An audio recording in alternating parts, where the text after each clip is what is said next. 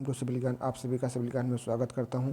वैसे तो ये इन्फॉर्मेशन आप सभी को पहुंच गई होगी, पर मैंने सोचा आपके साथ डिस्कस कर लेते हैं, क्योंकि आपको लग रहा होगा कि मैंने इस पे बात नहीं किया। बीटेक अलाउड हो गया है तो मुझे कोई वो तो है नहीं, इसकी कोई बात नहीं है। बीटेक अलाउ हुआ है, या हम डिप्लोमा वालों को, जैसे बहुत से लोग कमेंट कर रहे थे कि आप अगर बीटेक अलाउड ना हो तो वीडियो बनाते, ऐसा करते वैसा करते। नहीं भाई, ये सब कोई बात नहीं है।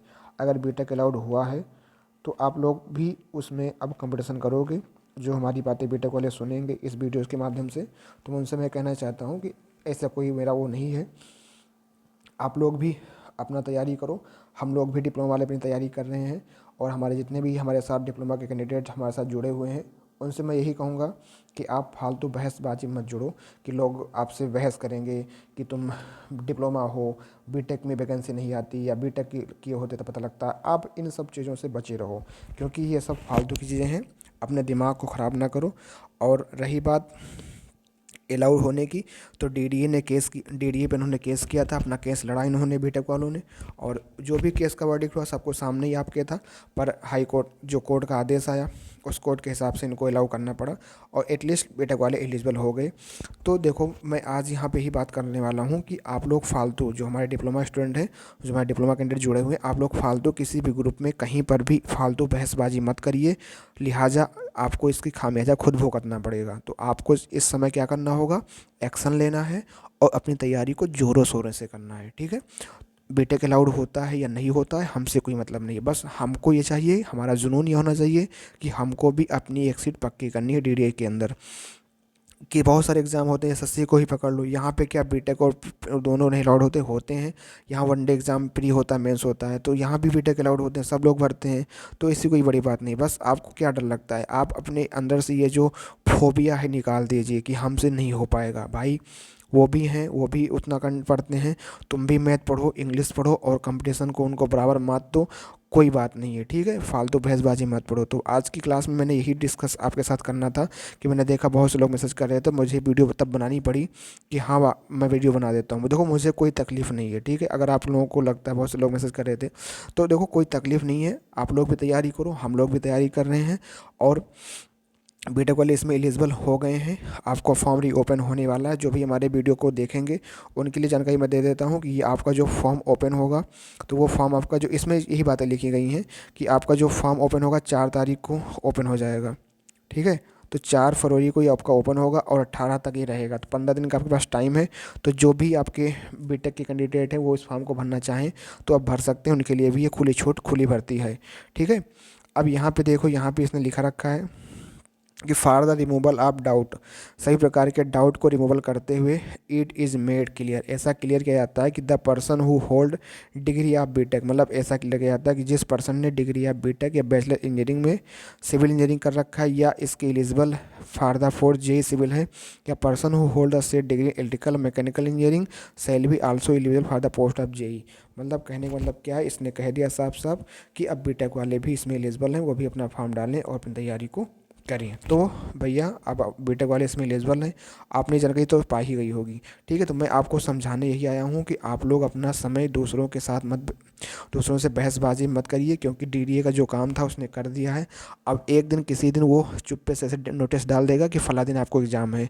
तो आप लोग लिहाजा फालतू बहसबाजी करने के बजाय अपनी तैयारी करो, पढ़ाई करो, और फालतू इधर उधर ज्ञान ना बांटो, ना ज्ञान बंटने दो। ठीक है, अपने आप को देखो, अपनी पढ़ाई करो। और जो चीज़ें सिलेबस वगैरह है, मैंने इसको कई बार वीडियो बना रखी है, आप सर्च करोगे तो आपको मिल जाएगा।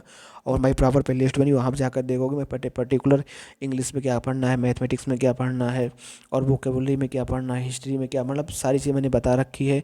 ग्रामर इंग्लिश को कितने पार्ट में बांटो, ग्रामर इंग्लिश को मैंने 2 पार्ट में बंटवा दिया था कि एक तो ग्रामर पोर्शन हो जाएगा, एक आपका हो जाएगा आपका वोके वाला पोर्शन। ग्रामर पोर्शन में एक्टिव वॉइस हो गया, मेरे नरेशन हो गया, एरर हो गया। जैसे कि मान लो बहुत से लोग पूछते हैं भैया इंग्लिश में क्या ही पढ़ें, तो इंग्लिश के लिए बहुत ज़्यादा परेशान होते हैं। तो इंग्लिश में जो है आपका जो पूरा इंग्लिश सब्जेक्ट है वो 2 पार्ट में बटा है इंग्लिश। पहला तो आपका जो है ग्रामर वाला पोर्शन है, ठीक है, और एक आपका जो वोके वाला पोर्शन है। तो आप वोके वाला पोर्शन को डेली बेसिस पे करते रहिए, थोड़ा थोड़ा आधा घंटा निकाल करके। ठीक है, अब ग्रामर वाले पोर्शन को करना हो, सबसे पहले आपको तो पार्ट्स ऑफ स्पीच पढ़ना पड़ेगा। इसमें आपका नाउन, प्रोनाउन, वर्ब, एडवर्ब, ये सारी चीज़ें होती हैं। ठीक, तो ये आपको पढ़ना पड़ेगा। उसके बाद फिर आपको जो है पार्ट्स ऑफ स्पीच पढ़ने के बाद फिर आपको जो है इसमें टेंस वगैरह पढ़ना पड़ेगा। ठीक है, फिर आप कहीं एक्टिव पैसिव पे आओगे, फिर आप कहीं नरेशन पे आओगे। ठीक है, तो इस तरीके से आपको ये सब चीज़ें पढ़नी पड़ेगी, जब आप पढ़ोगे तभी आप समझ पाओगे। बाकी वोकेब में आपको पता है सिनोनिम्स है, एंटोनिम्स है। ठीक है, आपको प्रॉपर तरीके से वोकेब अच्छे नहीं, मिस स्पेल वर्ड है, ये सब इसमें इंग्लिश के पार्ट है। तो आप यही सब इंग्लिश के पार्ट हैं, यही सब आपको पढ़ना है। तो कहीं ना कहीं सोर्स बना लीजिए, किसी के सहारे मत बैठिए, ढूंढ ढूंढ के पढ़ना स्टार्ट कर दीजिए, पढ़िए और प्रैक्टिस करिए। और लिया आप लोग जो है मॉक टेस्ट लगाइए, ताकि वहाँ से क्वेश्चन मालूम पड़े कि हाँ कौन कौन से क्वेश्चन इंग्लिश में बनते हैं, थोड़ा दिमाग में घुसेगा। कोशिश करोगे सब हो जाएगा, कोई दिक्कत वाली बात। अगर कोई समस्या आती है तो ऑफलाइन कमेंट करके मुझसे पूछ सकते हैं, मैं उसका रिप्लाई आपको दे दूंगा। बाकी यही बात थी, यही आपका नोटिस था। अच्छा, ये अब बात आती है भाई, अब एग्ज़ाम कब होगा। देखो, जो मेन कहते हैं ना कि जो मेन समस्या थी, यही समस्या थी कि अगर इन लोगों को एलिजिबल अगर इससे पहले कर दिया गया होता तो आपका एग्ज़ाम अब तक हो गया होता। पर यही सब केस की वजह से ही आपका एग्ज़ाम लटका पड़ा था। पर अब मैं कहूँगा कि आप लोग एक भी दिन अपना गंवारा मतलब ऐसा मत ज़ाया होने दीजिए। जिस दिन आप DDA कर अपने सपना देखा है, अगर माँ बाप को सपना दिखाया, अपने आप को सपना दिखाया, नौकरी छोड़ के DDA में आए हो, तो आप लोग एक भी दिन अपना ऐसा फालतू मत जाया दीजिए जिस दिन आप DDA के लिए काम न करो। क्योंकि अब एक एक दिन DDA के लिए समझ लो बहुत महत्वपूर्ण है। अगर आप DDA के एस्पिरेंट हैं, DDA की तैयारी कर रहे हैं, तो मेरी बात ध्यान से कान खोल के सुन लीजिए कि DDA में अब ज़्यादा दिन नहीं बचे हैं। आपका एग्ज़ाम मैं प्रेडिक्ट कर रहा हूँ कि अगर 18 फरवरी तक फार्म भरेगा तो मान लीजिए 15 दिन, मतलब कि 18, 5, 23, 13 मार्च, मतलब कि मार्च मिडवे, मार्च तक ये सारा प्रोसेस हो जाएगा। कैसे क्या कितने लोगों ने फॉर्म भरा, सारा काम प्रोसीजर ये सब हो जाएगा। उसके बाद क्या करना होगा भाई साहब, आपको लास्ट मार्च तक या कह लीजिए अप्रैल के फर्स्ट एंडिंग में आपको एग्ज़ाम देखने को मिल जाएगा। जहाँ तक मेरा वादा है, जहाँ तक मेरा मतलब सोचना है, जहाँ तक मेरा वो है कि ये आपका जो एग्ज़ाम होगा, आपका जो अब एग्ज़ाम होगा, ये समझ लीजिए मार्च, लास्ट मार्च तक या अप्रैल के स्टार्टिंग में बहुत ज़्यादा खिंच जाएगा, अप्रैल के लास्ट चला जाएगा। पर आप ये समझ लिए कि फरवरी मार्च 1 से 1.5 महीना आपके पास अब तैयारी करने को है। ठीक है, ऐसा मान के चलिए आपका अब ये एग्ज़ाम ज़्यादा नहीं खींचने वाला है। सारा जो क्लियर था, सारा जो रायता फैला हुआ था, समिट चुका है। अब ज़्यादा रायता नहीं फैलेगा। तो अब आप लोग अच्छे से पढ़ाई करो। ठीक है, और कोई दिक्कत वाली बात नहीं है। और अपने सिलेबस को पकड़ो, टेक्निकल पढ़ो, नॉन टेक पढ़ो, रीजनिंग पढ़ो, GK GS पढ़ो, मैथ पढ़ो, और आपका जो जो सब्जेक्ट इसमें है सब चीज़ें पढ़ो। ठीक है, बाकी कोई समस्या आती है तो आप हमको ऑफलाइन कमेंट कर सकते हैं, हम आपको वहाँ रिप्लाई कर देंगे किस प्रकार कोई समस्या आती है। बाकी भैया जो बीटेक वाले हमको सुन रहे हैं, अपना फार्म भरें, वो भी अपना पढ़ाई करें, और हमसे कोई मतलब नहीं रहने वाला। ठीक है, तो आज की क्लास में बस इतना ही डिस्कस करते हैं। बाकी अगर कोई समस्या हो किसी प्रकार की कोई, तो बता सकते हो। अच्छा, एक बार सिलेबस के बारे में डिस्कस कर दें क्या, बताओ, सिलेबस डिस्कस कर दें? चलो डिस्कस कर देते हैं। सिलेबस में आपको बता दूं कि सिलेबस में क्या क्या पैटर्न रहेगा। तो मैंने कई बार इस बातें कर चुकी हैं, तो आपको पता ही होगा कि सिलेबस जैसे आपको पता है कि 120 क्वेश्चन अभी तक तो इसका पैटर्न था, 120 क्वेश्चन आता है, जिसमें से आपका 80 क्वेश्चन टेक्निकल है।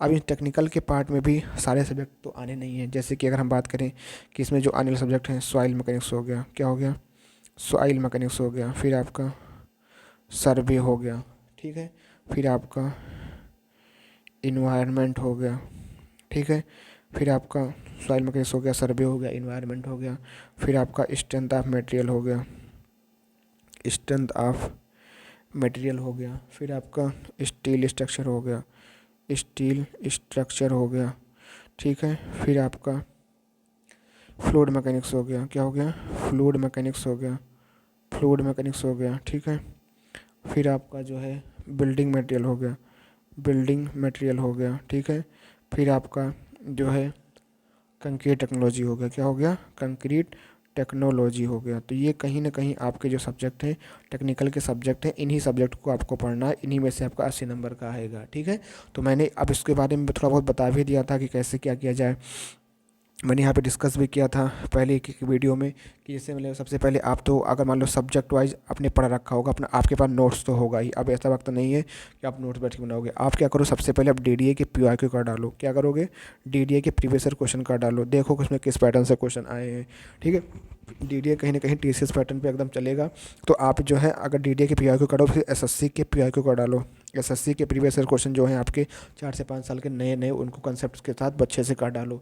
जब ये सब आप कर लो, ठीक है। फिर आप मॉक प्रैक्टिस भी करो साथ में, मॉक टेस्ट जो टेक्स्ट बुक से आप मॉक लगाओ और देखो वहाँ पे कहाँ गलतियाँ हो रही हैं। ठीक है, चीज़ों को बार बार रिवाइज करो। फिर यूथ अगर मान लो बस ये सब इतना काम कर लोगे, और मान लो क्वेश्चन जो है मॉक टेस्ट में क्या होता है कि नंबर नए नए क्वेश्चन फ्रेम होते हैं, वहाँ क्वेश्चन को पढ़ोगे, फिर उनके डिटेल को पढ़ोगे।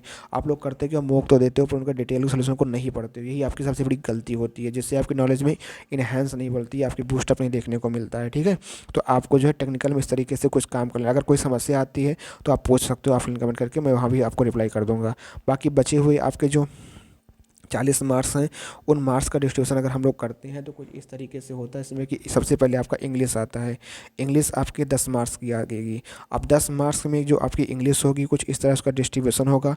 डिस्ट्रीब्यूशन कुछ इस तरीके से होगा कि आपके 5 मार्क्स जो होंगे वोकेबुलरी पार्ट से आएंगे, जिसमें कि अगर हम कहें कि सिनोनिम्स हो गया, क्या हो गया, सिनोनिम्स हो गया, सिनोनिम्स हो गया, फिर आपका एंटोनिम्स हो गया, फिर आपका जो है वन वर्ड सब्स्टिट्यूशन हो गया, वन वर्ड सब्स्टिट्यूशन हो गया। ठीक है, ये हो गया। फिर इस प्रकार 5 जो आपका आएगा वो ग्रामर पोर्शन से आएगा। तो भाई कितना भी कम आए पर हमको पढ़ना पड़ेगा। तो ग्रामर में बता दिया था कि पार्ट्स ऑफ स्पीच हो गया, टेंसेस हो गया, वॉइस हो गया और डायरेक्ट इनडायरेक्ट हो गया, ये सब आपको पढ़ना पड़ेगा। ठीक है, इंग्लिश में इस तरीके से काम करना पड़ेगा। बाकी मैंने मैथ के टॉपिक पूरे तरीके से बता रखा है कि मैथ में कौन कौन 10 टॉपिक पढ़ने हैं। मैथ में वही 10 टॉपिक से क्वेश्चन आपका आएगा। ठीक है, तो मैंने मैथ का टॉपिक मुझे इसमें पूरा याद नहीं है, पर 10 ही टॉपिक हैं, मैंने बता रखी पहले की वीडियो में। तो 10 टॉपिक से रेशियो, प्रोपोर्शन हो गया, त्रिकोणमिति हो गया, ऐसे करके 10 टॉपिक हैं। उन्हीं 10 टॉपिक से जो है आपके क्वेश्चन पूरे आएंगे।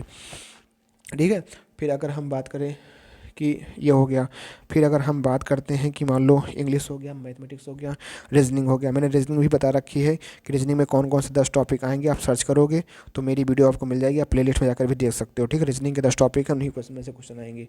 रही बात जीके जीएस की, तो भैया जीके जीएस का कोई वो नहीं है। आप जो है अपना लोशन वगैरह पढ़ते रहो और मॉक मिक्स क्वेश्चन की प्रैक्टिस करते रहो, लोशन पढ़ते रहो, और आपका जो है करंट अफेयर के लिए जो है 2-3 नंबर करंट अफेयर आएगा। पर जो है 100 रुपये की जो बुक आती है उनकी, जो उत्कर्ष क्लासेस वाली 100 रुपये की, वो अच्छी बुक है। मैं सोचा हूँ उनसे जो है, तो वो जो है वो आप बुक लो का करंट अफेयर करना चाहे तो, या कोई भी वार्षिकी ले लो जो 2022 करंट अफेयर हो, क्योंकि क्वेश्चन जो बनेंगे 2022 करंट अफेयर से ही आजकल बनेंगे। तो ये सारी चीज़ें मैंने बता दी है आपको, पहले भी बातें बता रखी थी पर आज भी बता रहा हूँ। तो आप लोग जो है अच्छे से काम करो और पढ़ाई में लग जाओ। ऐसा नहीं है, संघर्ष करोगे सफलता आपकी कदम चूमेगी, मेहनत करोगे किस्मत भी साथ देगी। ठीक है, कहीं ना कहीं हमको निराशा नहीं रहना है, अपने कर्तव्य पथ पे हमेशा आगे बढ़ते रहना है। ठीक है, कुछ इतनी सी जानकारी थी, उम्मीद करता हूँ आपको समझ में आ गया होगा। करना क्या है, पॉजिटिविटी में रहो, परेशान मत हो, लोगों से बहसबाजी ना करो, अपनी पढ़ाई पे ध्यान दो। ठीक है, मिलते हैं फिर नेक्स्ट वीडियो में, तब तक के लिए थैंक यू। जय हिंद, जय भारत।